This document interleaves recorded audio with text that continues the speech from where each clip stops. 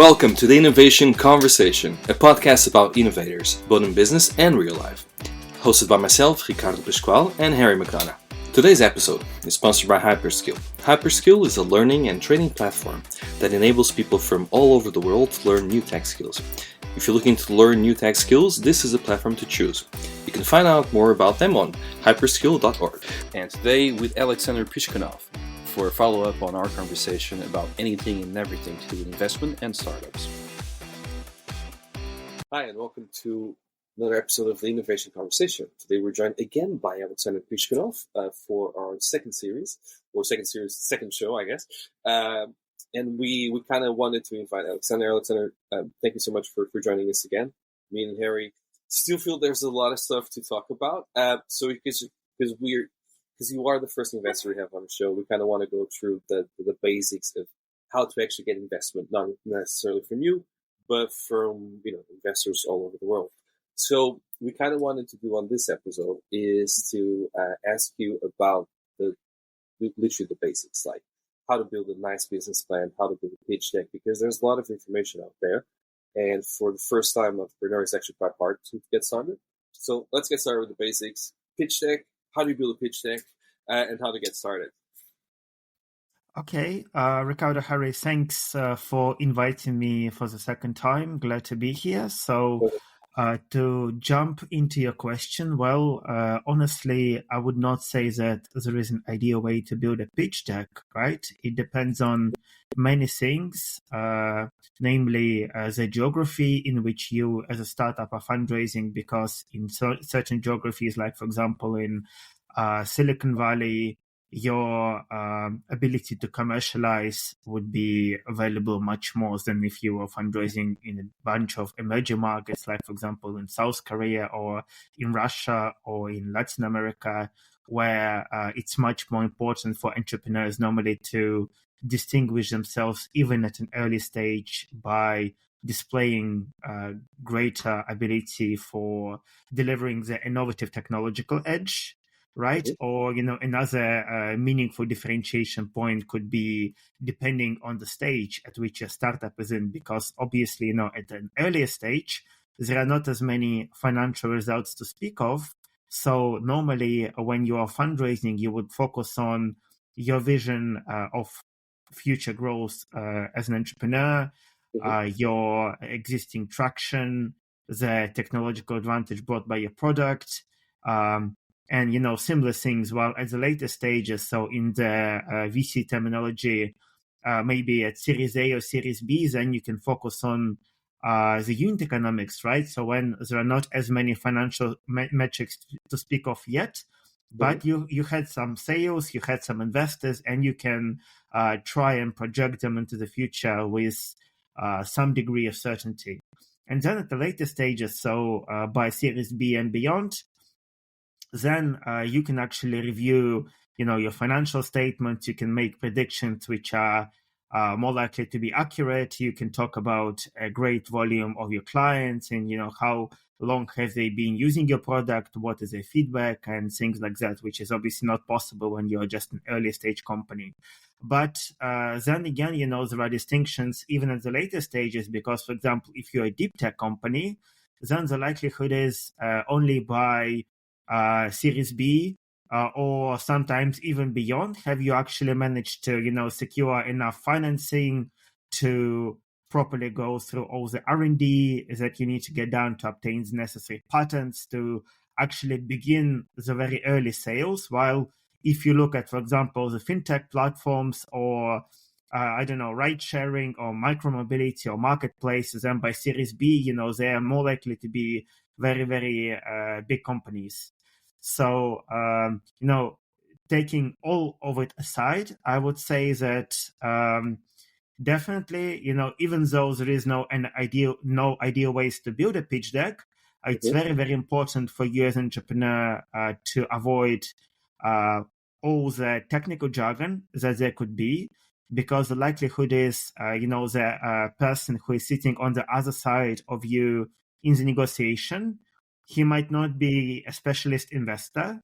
And if you are scaring away with the jargon, then, he might not be willing to invest, sure, but he might not even understand, what kind of other potential interested party he can refer you to. So you're basically, shooting yourself in the leg by trying to be as sophisticated as possible. And believe me, there will be a time in the negotiations or in due diligence where if you have a significant technological edge, you would be asked to show it and to prove it. So there will be a time, and don't worry about it during the pitch deck development process. Other than that, I would say, on average, less is better in terms of the amount of slides or amount of information that you want to put, because the whole purpose of a pitch deck basically is to answer the very, very low-hanging questions that the investor might have, so that he is reasonably certain that he wants to have a face-to-face meeting with you where the majority of the more sophisticated questions, once again, coming to the technological side, would probably be asked, right? So what would be some of the low-hanging fruits? So I know, okay. Because then that'd be quite an interesting one, because again, it's, as our audience is predominantly startups, very, very early stages, it's about how do you get into the mindset of the investors? It's just, do the investors just want to see money, growth projections? What's their valuation? Is that kind of what they're looking at, or is there a little bit more to it? Well, partly that as well, Harry, but not just that, right? So obviously it is very important to show how much you are aiming to fundraise, what would that money go towards, at least, in your own forecasts, and maybe what kind of things would you be looking for from investors other than that money, because if you are fundraising in a very competitive market, then the likelihood is there is quite a bit of money potentially available. So for you as an entrepreneur, if you are sophisticated enough, you would probably be able to fundraise from the investors who are able to provide you with the smart money, right? So maybe they would be offering you access to investors at the later stages, or maybe it's help to do with, product development or entry into new markets, or, hiring of C-level members and things like that. And if you are showcasing it in your deck, then the investor would understand that, you actually know your own limitations, and what kind of things do you need in order to bring a vision into fruition. So that would actually be quite a good point to get across during the pitch deck development.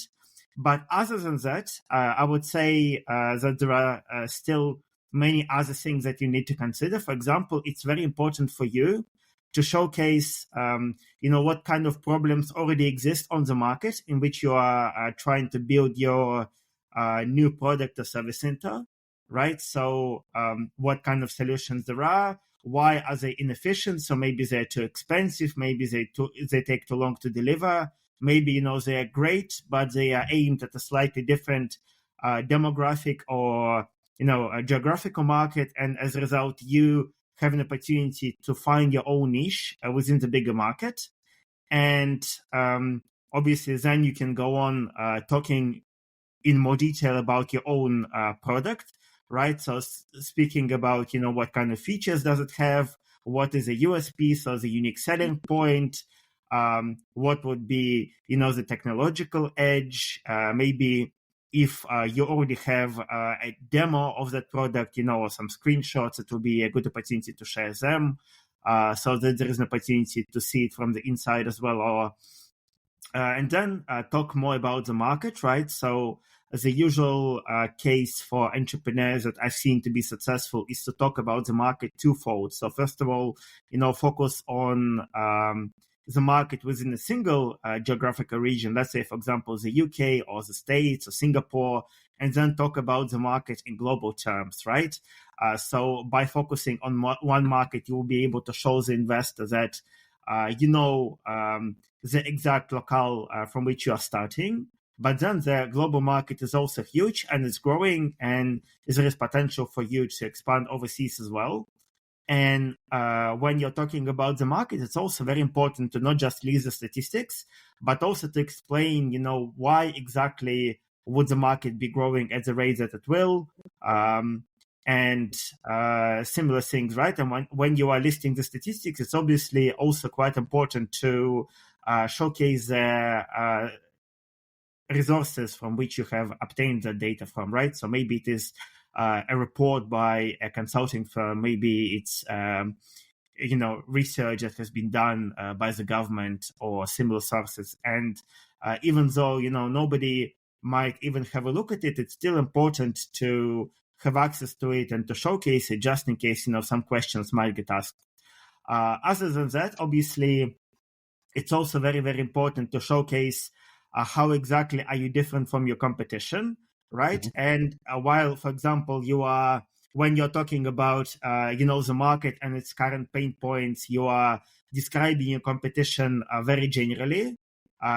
But it's also important, to be more specific. So perhaps, even dedicate a different slide to it. So talk about, the pricing policies, the differences in consumer markets, the differences in fundraised amounts, if they are, another startup, and similar things. So basically talk about, 4 or 5 of your major competitors and try and compare by 4 or 5 major bullet points. So don't go into too much detail. And I mean, look, there are many other things that you can talk about, but just, to save time, would love to hear more questions. Sure. I'm curious to know, how long do you think a pitch deck should be? Because there's multiple, if you go online, everyone says anything from 11 pages to 30 pages. So what do you think is like the perfect size? Yeah. Well, look, 30 pages, I think, is too long period, right? Because normally the investor, even if he's very interested, his attention span that does not last that long, right? So it's very important to be concise. And as I mentioned to you before, less is more. So I would advise, sticking to 15 or 18 pages as the maximum, right? And while some entrepreneurs, they like to put appendices onto their decks, I would say in general, just leave them out, because once again, the appendices tend to contain the information which is, maybe more technical in its nature or more in-depth in terms of, what the average pitch deck would allow. And once again, if the investor is already interested, there will be more opportunities for you to engage with him to share that information. So just don't overload with information from the very start. So I think that, it's important to have a 15 to 18 page deck. Also, it is usually very helpful to have a one page, right, where you would display all the major selling points of your startup, whether, it's a stellar founding team or very, very innovative product or great traction, even if you're an early stage company or, huge market and, similar things. And then you would compile all of that information onto one slide, and you can use it, to even send this information to investors whom you are pretty sure would not be interested, but they might be helpful when it comes to potentially, passing this to somebody else who might be more interested in terms of investing. And usually into one pages, because they are not as well. Because one pages, they are spread out much broader. Usually they don't contain any proprietary information, right? So do try and keep them clean without asking potential investors to sign NDAs, because it's very difficult sometimes to keep things confidential. I just want to ask, what's the best format to put all this information in? Because you mentioned about the attention spans of investors. Obviously, showcasing little is always the best because it's all about telling a story. Do you often get individuals sending over video pitches or intro pitches? Is that something that grabs more of your attention, or do you find that more as just time wasting? Like, what would you recommend? Is it just normal traditional PDF or PowerPoint presentation, or an actual video? What do you think works for combining both? Well, good question. I think that, at least from our end, I would say that we received only a couple of video pitches. And I would not say that any of those have received investment from us. Let's just say that, No, right? So no. I think it's good to be creative, but to a certain extent, right? So there are industry acceptable formats for a reason, and I think that a PowerPoint presentation is just so much more helpful because you can present, once again, the statistics, you can present your vision, you can talk about your traction in much more comprehensive format than a video pitch would have allowed you to. And besides, you can have a look at the PowerPoint presentation when you're on a train, when you're on a plane, when you're in the office, while when it comes to video pitches, normally they require much more effort to actually review. So do try and be considerate. Then with the, I guess throwing it over slightly to a new topic, which is about, I guess, ChatGPT and the investment industry. It's not a new topic. It's been around for ages, but there's obviously individuals out there now adopting it to kind of streamline their processes of saying no to individuals. And I think there's a couple firms at the moment who have now broken some sort of record for responding to an applicant to say no, which is around a minute. So they managed to kind of put it in there. It scans it really, really quickly, and they kind of say no. But what's your view on kind of using ChatGPT in your industry to analyze pitch decks? Do you think it's worth it, or not really, or is that something that you may also consider implementing at a later date to streamline the process? Look, that's actually a very interesting question because our fund, and I know quite a few other funds, have actually experimented with AI and tools, not specifically ChatGPT, but like ChatGPT, to try and streamline their processes. Problem is, in order to have ChatGPT or related tools to completely replace the work of human labor, you would need to continuously update those models. You would need to continuously feed into new data. You need to constantly, review the results and to potentially, change some conclusions or weights around each point that, the ChatGPT would consider when saying yes or no to a pitch deck. And from my own experience, I would not say that funds in general have been very successful to date when it comes to using those tools. But you could automate certain functions much better than you can automate others, right? Like, for example, it's much easier to automate reporting or accounting or learning about the financial projections of those companies than when you're reviewing pitch decks sent by early stage entrepreneurs. What is the key problem? Well, one key problem is that a lot of those pitch decks, they talk about the vision, they talk about the future, the forecast, not the actual current results, right? So it's quite difficult for the robot to properly analyze it. And even when they do analyze it, it's normally, the analysis of the language, right? So how it is phrased rather than what is the actual essence of it. So when the human reviews it, he is considering more from the perspective of, his own gut feeling or, the other portfolio companies that he has seen being successful, and the robot just cannot do it effectively, right? So I would say that potentially in the future it will become more widespread, but right now, at least from my own experience, the majority of the funds who are using AI or ChatGPT-like tools to, automate their processes, it's just a gimmick for them. It is an opportunity for them to fundraise more from their LPs, or, they're testing it out to see how effective it could be in the future, given the right set of circumstances. But so far, it has not proven itself yet. So on that note, how much of a gut feeling do you need to have on investing?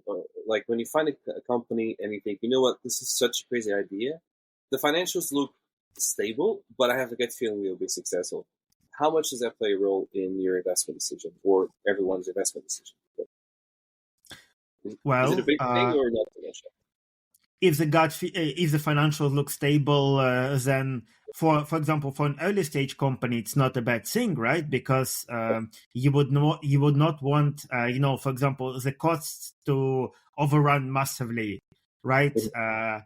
But if the founders have an understanding, for example, that given the right investment, they would be able to put the money to good use, then obviously it would augment the gut feeling. Mhm. But I would say that, the gut feeling is much more important at the early stages of investment. So once again, before the startup has actually had an opportunity to prove themselves onto the market. So before meaningful sales are made, before there are a significant stable of potential investors who already, pitched their money into the pot. Because before that, it's normally the managing partner of the fund thinking back to his previous successes and failures in the investment board and thinking, how much better or worse or would this company perform, if they ended up in the same situation based on relatively subjective set of criteria. Like once again, how well is their founding team worked together, how developed is their product based on what's already on the market in relation to competitors.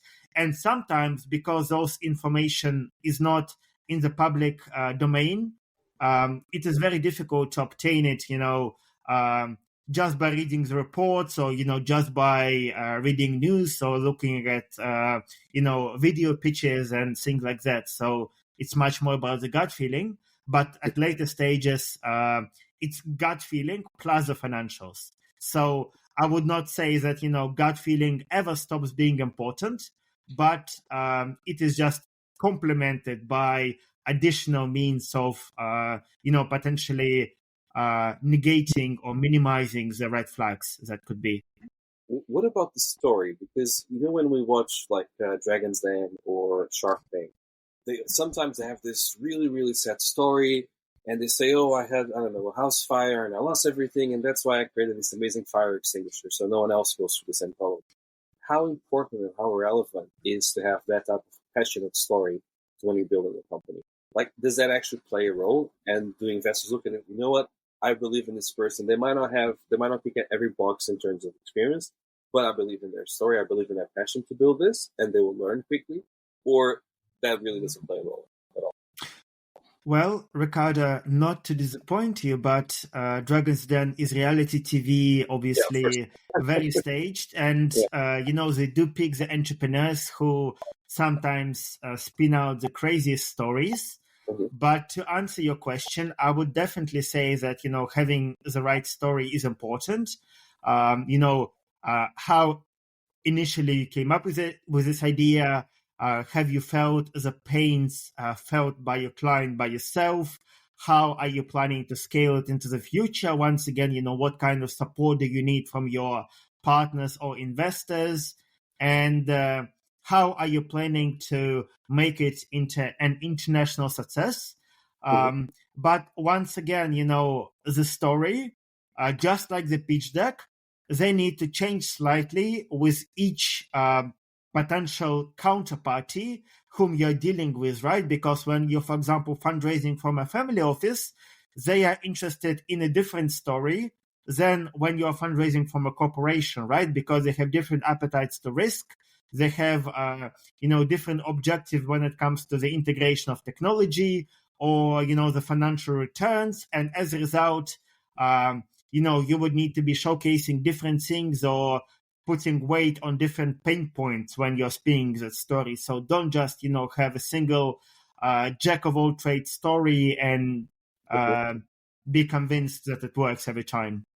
So unfortunately, it's still a work in progress, even for the seasoned entrepreneurs who do manage, to make the right additions or apply the right changes given the right feedback. So I would say that for you as an entrepreneur, don't get discouraged if you get, shot down by potential investors in the many of the first pitches that you make. But do try and, build relations with those investors because, even if they would not want to invest in you now, maybe they would in the future. And also, if they do believe in your story, if they do like you as a person, then they're much more likely to give you candid feedback, which you can use later to actually improve on your deck and, once again, spin your vision much more convincingly. Okay. So I guess the next question and the follow-up for that is, how do you actually approach investors? Because there's, a multitude of platforms out there. There's always the cold calling, the emails, and everything. What do you think works best? And also, what type of message works best? Because I think, sending a very, very long email might not be for everyone. So what do you actually think works best from your experience? Sure. So I think that, first of all, cold mailing seldom works. Got to disappoint you because, like, for example, for us, talking from my own experiences, I get maybe 100 or 150 cold emails from entrepreneurs every week. And unfortunately, given the fact that a lot of the deals that we consider come either from my own network or the network of my partners or from the work done by our investment team who are maybe passing through public startup databases or looking at conference winners or looking at the media, the majority of the cold emails, they just don't get as much attention. So, if you see no other option, then do try it, but don't be disappointed. And if your email just doesn't even get opened yet, right? But I think that, when it comes to cold mailing, another thing which is also very important is that if you do decide to cold mail, still research the potential investor in detail as to, for example, what has been his investment track record.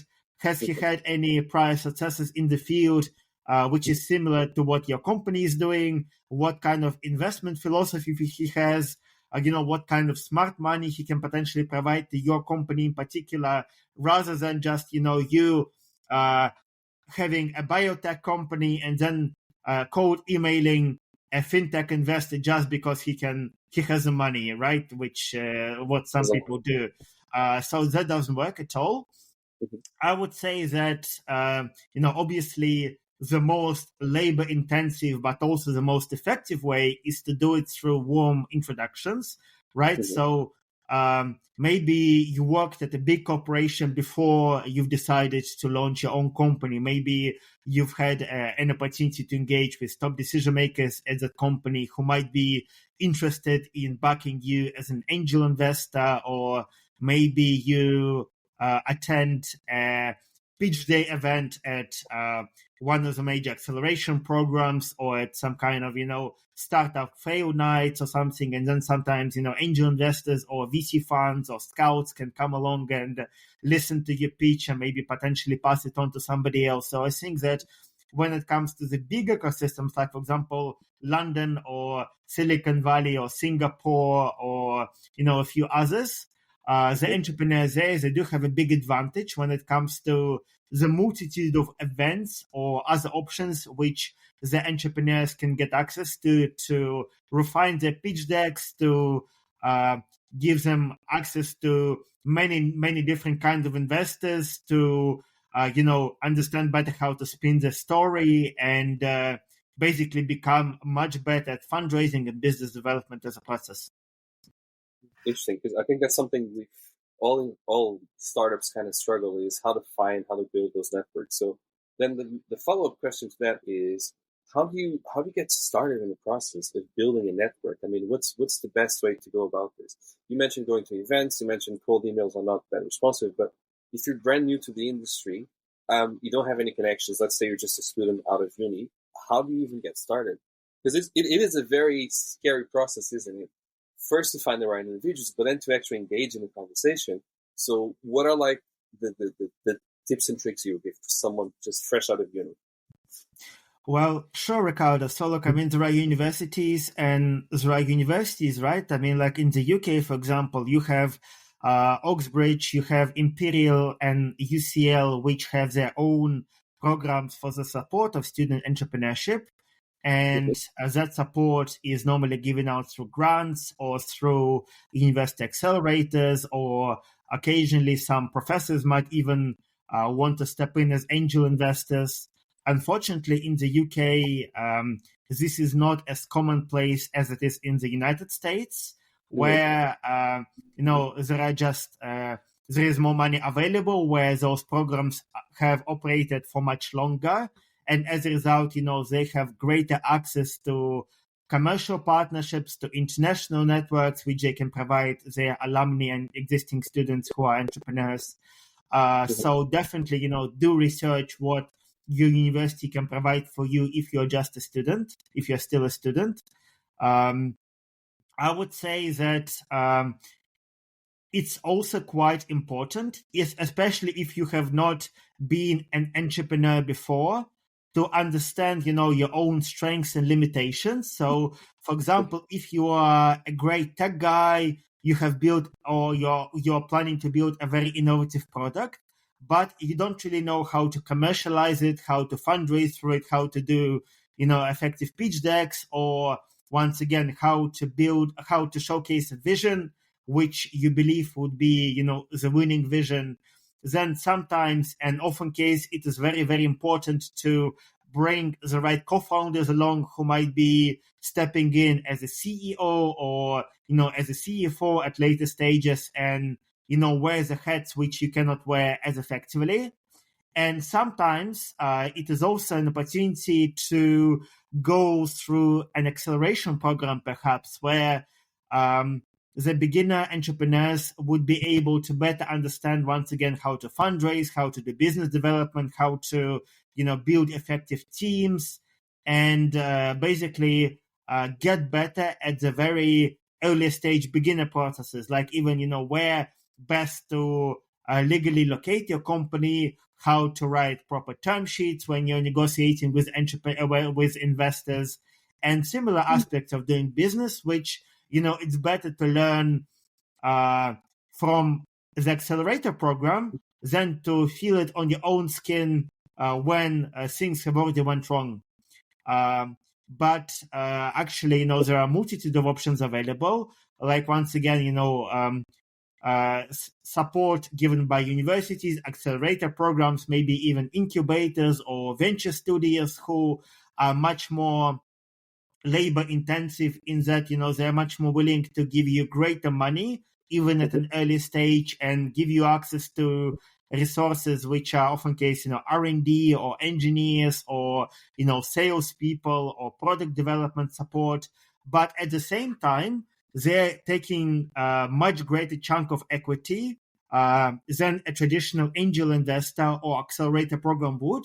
So in essence, the venture studios, they are acting as co-founders of early stage entrepreneurs rather than just consultants from the outside. This another question, Harry. Jump in anytime you want. But I was wondering about advisors, because I know that advisors are very, very important. How do you find those advisors? Because I imagine someone who has some weight in any industry will have tons of invitations. So how do you make sure you get those advisors in the first place? And also, how important are advisors for an early stage startup? Well, look, I would say that advisors are definitely much more important for later stage companies, because by that stage, the startup would have already validated their product. They would have already found success on the local market, and then they're thinking about, where to expand to next internationally. And then you would potentially, bring on as advisors guys who have done it before in a different country, who know the ins and outs of, approaching local investors, of, the business culture in those regions and things like that. While at the earlier stages, the advisors that you would aim to bring, they are not to do with, the international traction or, commercial applications, but rather, in terms of product validation or maybe access to the first angel investors and similar aspects. So it's definitely very important to pick the right advisors for your stage. And it's also quite important to bring as advisors the people who don't just sit on your advisory board, but who are actually very willing and able to meaningfully contribute, right? So, for example, when it comes to a pitch deck, you would be talking about your team, and then you could also be potentially talking about your advisors if you have stellar advisors. And in that slide, it's also quite important to show that the advisors, they're not just sitting on the board, they are actually doing something, right? So they have been, a CEO of a large startup in your industry before.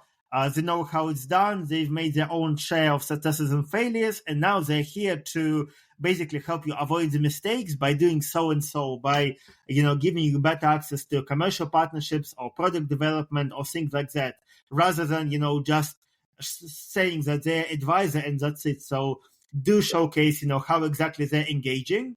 And to answer your first question as to how to find those advisors, well, once again, there are many options. Like if you're going through an accelerator program, likelihood is the managers or the mentors could be very interested to participate as your advisors, or the VCs who might not be as interested to invest in your company right now, but would believe in your vision and would still think that down the road it could be a potentially interesting investment opportunity for them.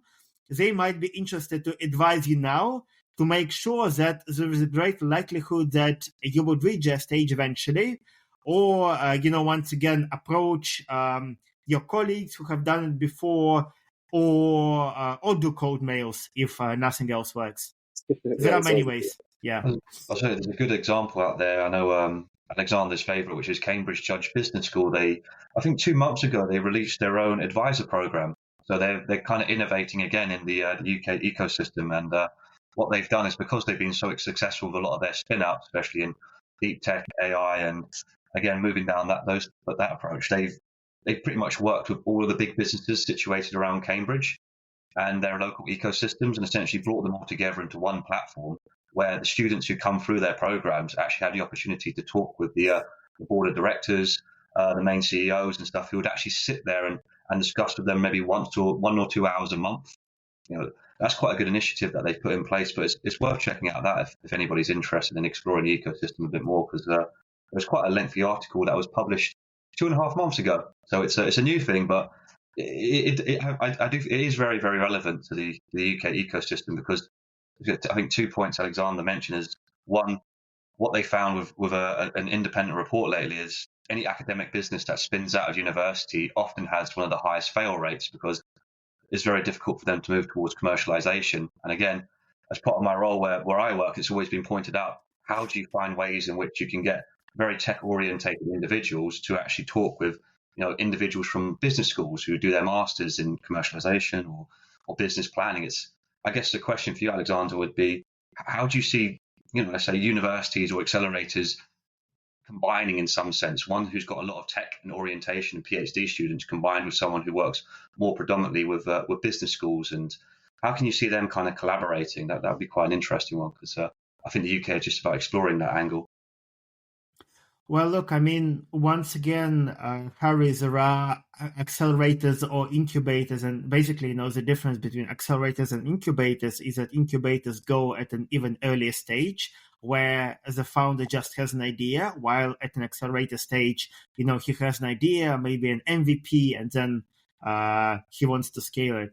So there are accelerators and incubators who are already associated with universities, right? Like, for example, in the States, in MIT, they have an incubator called the Engine, right? And similar thing they have at Harvard, similar thing they have at MIT, or at Stanford University, at Berkeley University in California.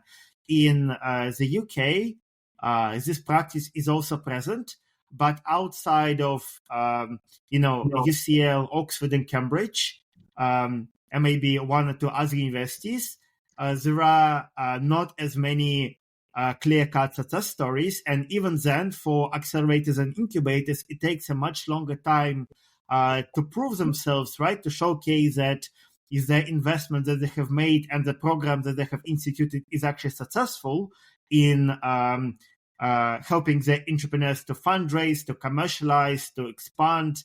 Because when you're dealing with earlier stage entrepreneurship, it just takes simply longer in order for those validation results to come in. So I would say that, for example, when you're mentioning Cambridge, what they're doing right is that from one perspective, they are far away from London, where the majority of the tech activity happens, where the majority of the fundraising gets done. But on the other side, they're located in a place where there is a huge technology hub where, you have big corporations doing the R&D or having their laboratories. You have a university, obviously, who is doing research.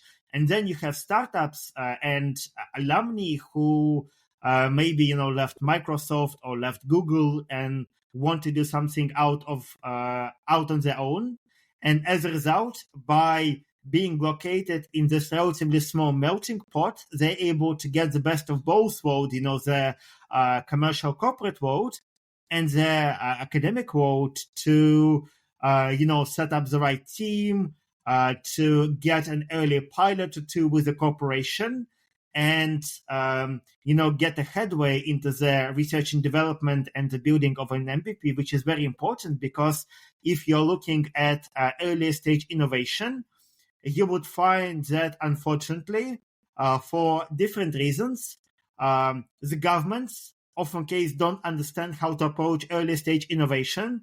The corporations don't understand it, and the universities don't either. So when you are in a location where there is an opportunity for entrepreneurs, corporations, universities, and local authorities to come along and pull their ideas together, it is much more likely that you would arrive at a scenario where there are more success cases. Okay. Thank you. Yeah, Harry keeps on saying you should actually look at places like Cambridge and stuff like that, precisely because of that, because of the ecosystem and how important it is. Changing a bit topic, let's look at business plans. They are often very, very long. Do you think, or from your own experience, do investors actually look at everything in the business plan or not so much so? It's just like the reference document. What's your take on that? Well, look, so I mean, from my own perspective, business plans, I think of the past, right? So it used to be back in the 20th century or in the early 2000s where you had an idea for a lemonade stand, you built a business plan, you went to the bank to try and get a small business loan. Right now, there are no business plans, there are pitch decks, right? And pitch decks we discussed in the beginning.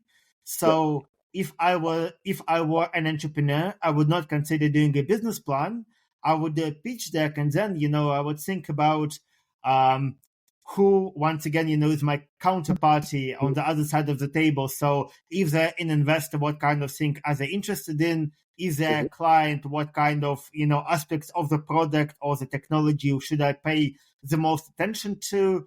And then, for example, when it comes to if you got an investor interested and he has started to do due diligence on you, then the likelihood is you would be asked as an entrepreneur to provide access to your data room, which would hopefully encompass a great volume of other resources, like, for example, your financial models, the testimonials of your clients, the testimonials of your previous investors, your own CV as an entrepreneur, maybe your patents that you've had. So basically, quite a lot of in-detailed information, which did not go into the pitch deck, right? So at a certain time in the past, that kind of information went into the business plan, but now the business plan became rudimentary, I would say.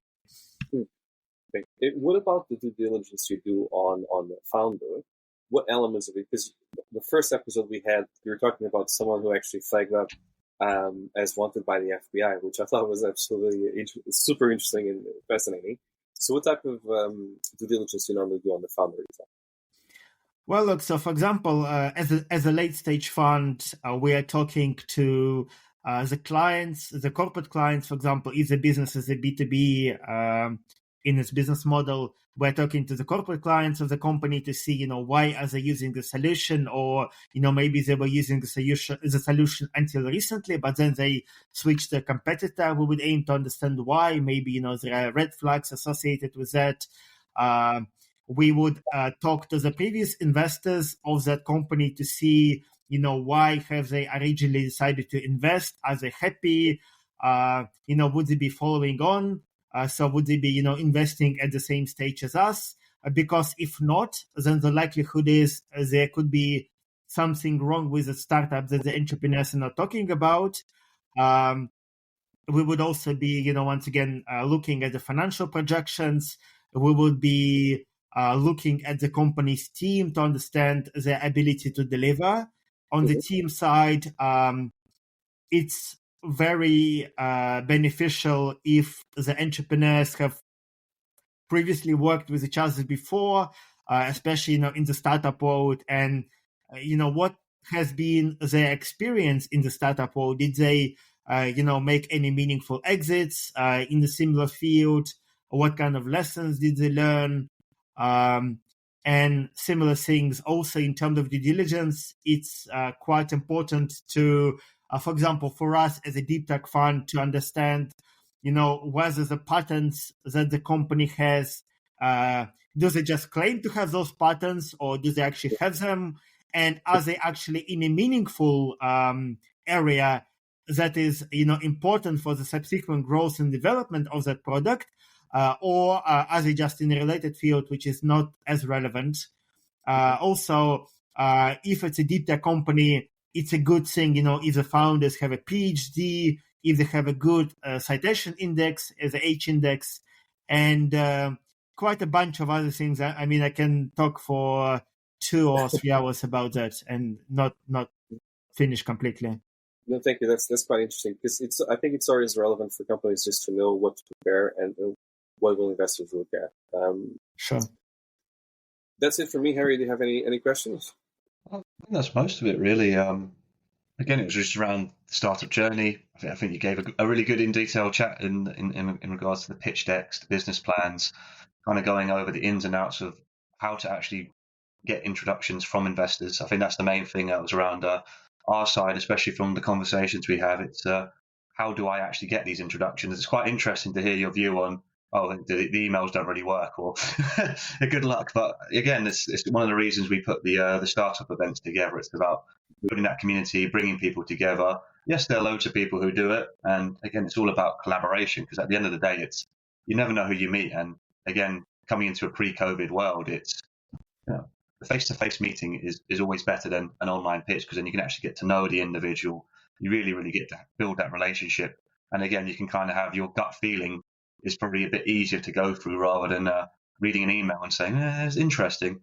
Actually having that conversation enables you to have a better understanding and see if you actually like them and if they're genuine as well. But apart from that, I really appreciate your time, Alexander. Thank you. Yes, thank you so much. Well, for sure, Harry, just on the last point, when you're mentioning the events, I would just like once again to emphasize that when you're in London, especially, there are just so many events which you can potentially attend, and the majority of those are free. So I think, it's almost a crime not to make use of that opportunity, because over there you would not only meet other entrepreneurs, some of whom might be your co-founders. You could also meet, people who can help you validate the technology, potential investors, corporate collaborators, future clients, many other counterparties. And you would often case find that if you're going to the paid events, to the bigger events, that actually, minute by minute, it's not as effective or useful for you, because to the big events, everybody just goes to, maintain a good public profile and to sell themselves. So it's not as much about meaningful conversations, about the real connections, and about you actually being able to deliver your vision and to convince your counterparty in its accuracy and effectiveness, right? So do make use of the small events, of which there are hundreds going on every month, and make use of any kind of opportunity, because as an early stage entrepreneur, nobody expects that, it's going to be a smooth ride and a quick one for sure. Oh, definitely. Come to the startup events. Yeah, I think that's it, Alexander. Thank you so much for your time. It's been an absolute pleasure. It's been very insightful, I think, for our audience, because we have almost 2 hours of content, and there's so much for them to just note down and say, okay, I should do this, not that. It's actually quite insightful. Thank you so much. Wonderful to chat to you guys. Thank you. Thank you.